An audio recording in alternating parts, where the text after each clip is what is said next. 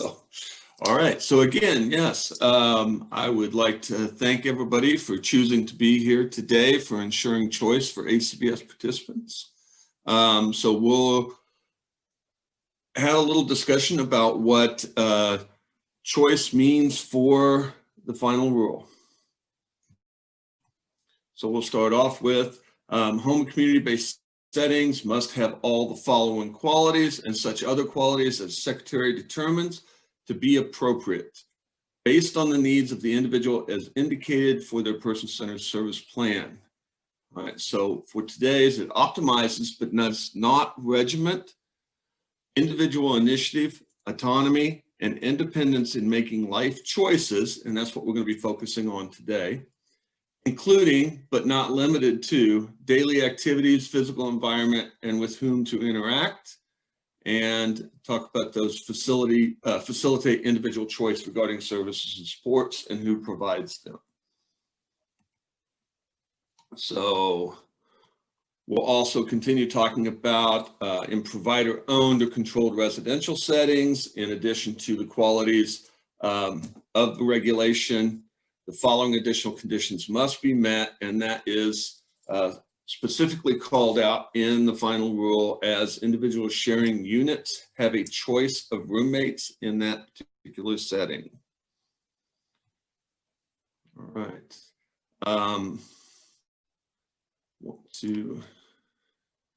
Sorry, I'm having to move a thing so I can read the slide.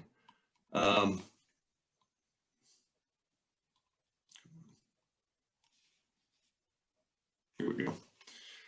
All right, so people know and understand the choices available to them and the possible consequences of their decision. So this sentence in itself brings on a lot.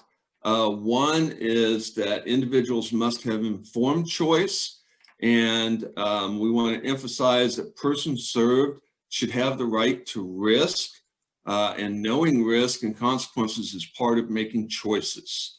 So again, that's where it comes back to informed choice. Idea of right to risk seems important to bring to this when it comes to individuals being able to make choice, and that choice should be informed. All right. So in order to be compliant with the final rule, that your agency needs to provide choice to persons served within the boundaries of the person-centered service plan. And the person-centered service plan is defined by the final rule. Any modifications or restrictions to choice would be documented in that individual's person-centered service plan and not restrict the ability for others to make choices. And that is discussed in the final rule. Person-centered service plans. We're going to talk about relationships between person-centered service plans and final rule compliance. The final rule is meant to describe how a provider manages a site compliance, declares a site offers choice to persons served at a comparable level to those not receiving services. Person-centered service plans are tailored documents to the person served, and it reflects the needs of that particular individual that may modify but not invalidate site policy.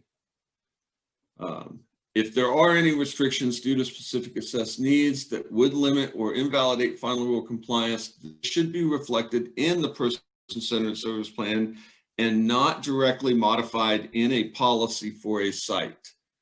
And so as we go through here, you may hear the term site, setting, those are synonymous with each other. All right, so some of the questions and wanted to talk about through these all are in reference when they use the word choice throughout this, it is implied that that means informed choice. So some of these questions, these may not be all of the questions that pertain to choice that was in the assessment, but do persons served at the site have a choice of when and what to eat? Do persons served at the site have a choice to eat alone or with others? Are bedroom decorations and furniture arranged at the discretion of the person served at the site? So again, all of those relate to choice and the ability for individuals to make that informed choice, or their guardians if needed. So choice within the home. Under the HCBS Settings Final Rule, providers are required to offer participants choice in residential settings. Required to offer them choice of when and what to eat, required to eat alone or with others, choice in furnishing and decorating their bedrooms, and choice of roommate. This is in residential or home settings. All right, and accessing the broader community. Under the HCBS Final Rule, providers are required to offer participants choices in accessing the community. So they get the choice to come and go as they please, keeping in mind that we are talking about they do have the right to risk. If there are restrictions on when persons served can come and go, they must be developed and agreed upon by the person served, and that would be in their person-centered service plan. Choice to attend community activities and access community resources and services when they choose. And choice to receive medical, behavioral, and/or therapy services in the community. All right, so they need to be informed of those and have informed choice. Keeping in mind that broader community pertains to both residential and non-residential services and settings. Work services. Under the HCBS Settings Final Rule, providers are required to offer participants choice in work settings so that they could choose activities that match their skills, abilities, and desire. So they're doing what they want to do and are able to do. Choice in deciding their work schedule. Now with that, we mean that here is when your business is open and they get to do their work when it's available for them to do. Again, needs to meet within the criteria of the hours that you're open and what's available for them.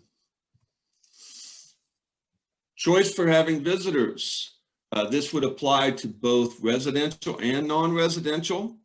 Under the HCBS Settings Final Rule, providers are required to offer participants choice to have visitors of their choosing at any time. With that, as we know,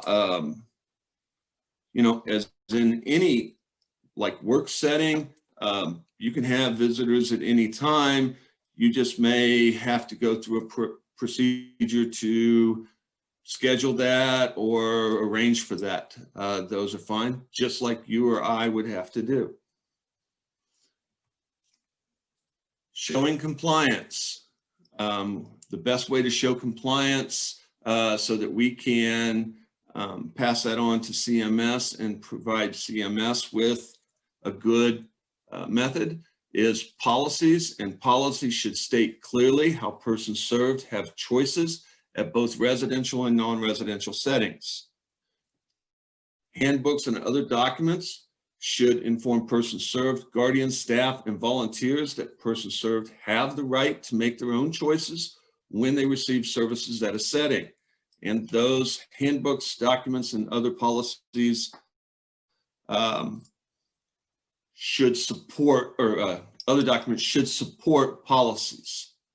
Same with pictures. Pictures can help support strong policies, handbooks, and other documents. And again, they should support the policy. Putting it all together. Ensure information about providing informed choice is accessible to all via policy, handbook, procedure, etc. So you need to make the information available. Policies should include the date, agency branding, a page number, and etc. at a minimum.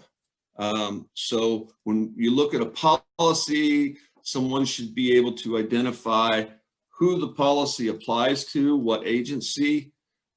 They should know what date the policy was put into place, and they should, a good idea is to let them know how many pages of this particular policy covers. All right, so when you turn in evidence, make sure to submit the entire policy covering a specific topic to answer self-assessment questions. That helps us to know that the policy is all encompassing and supporting of what you're trying to answer for the question.